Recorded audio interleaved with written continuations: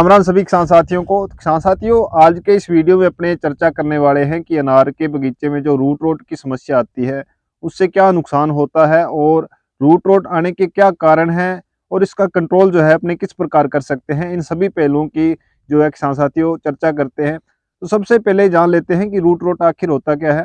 तो किसान साथियों, होता क्या है, जब अपने ज़्यादा नमी रह जाती है ज़मीन में तो उस समय जो है अनार के पौधे की जो जड़ें हैं वो काली पड़ना स्टार्ट हो जाती है और जड़ों की जो ऊपर वाली जो चमड़ी होती है या ऊपर वाली छाल होती है वो ब्लैक रंग की दिखाई देने लगती है। और उस ब्लैक जड़ को अपने तोड़ते हैं तो अंदर से जो है किसान साथियों काले रंग की वो दिखाई देती है, जिसे रूट रोट कहते हैं या अपने काली जड़ की समस्या भी जो है आम भाषा में बोल देते हैं। तो ये समस्या जो है किसान साथियों अनार के बगीचे में काफ़ी ज़्यादा आती है। और अगर ये समस्या अनार के बगीचे में एक बार आ जाती है तो इससे लॉस ये रहता है कि आने के बाद जो है अगर रूट रोट की समस्या अनार की जड़ों में आ गई है तो इससे आपके जो पौधे हैं अनार के, तो उसकी जो आयु है मान लीजिए 25 साल की आपके मानते हैं कि अनार के बगीचे की आयु रहती है, तो लगभग वो है 70% तक कम हो जाती है।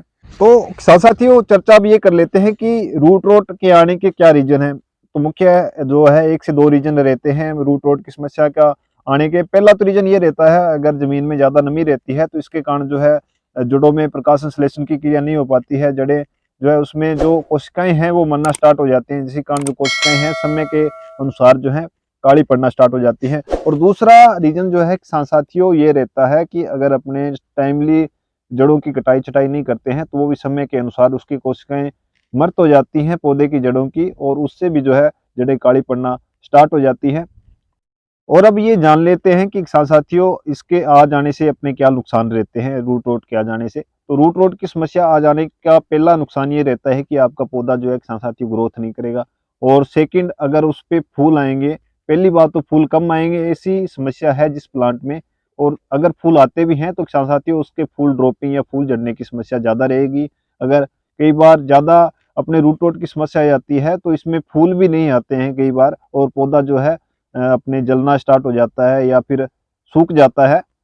और जिन भी प्लांट में जो है किसान साथियों रूट रोट की समस्या रहती है वो अदर प्लांट की तुलना में पीले दिखाई देते हैं और वो हल्के दिखाई देते हैं, क्योंकि उस पर जो पत्तियां होती हैं वो भी झड़ना स्टार्ट हो जाती हैं। अगर इसका अपने टाइमली कंट्रोल नहीं करते हैं तो किसान साथियों जो प्लांट है आपका अनार का वो समय के अनुसार जो है नष्ट हो जाएगा। तो आगे चर्चा ये कर लेते हैं कि किसान साथियों इसका कंट्रोल जो है अपने किस प्रकार कर सकते हैं।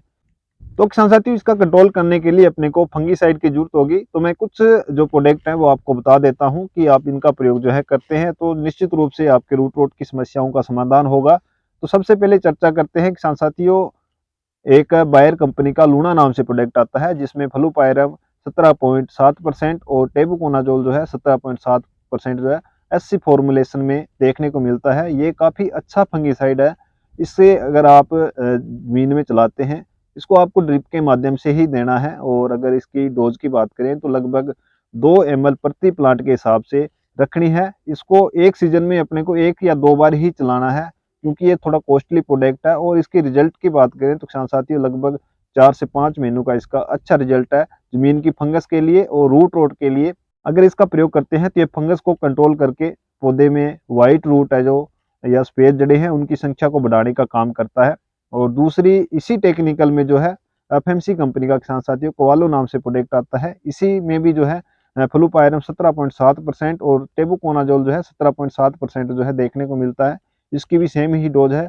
और बहुत सारे फंगिसाइड आते हैं, पर इन दोनों में से आप किसी का भी प्रयोग करते हैं तो किसान साथियों आपको बिल्कुल बेटर रिजल्ट मिलेंगे। तो उम्मीद है किसान साथियों जानकारी पसंद आई होगी। धन्यवाद।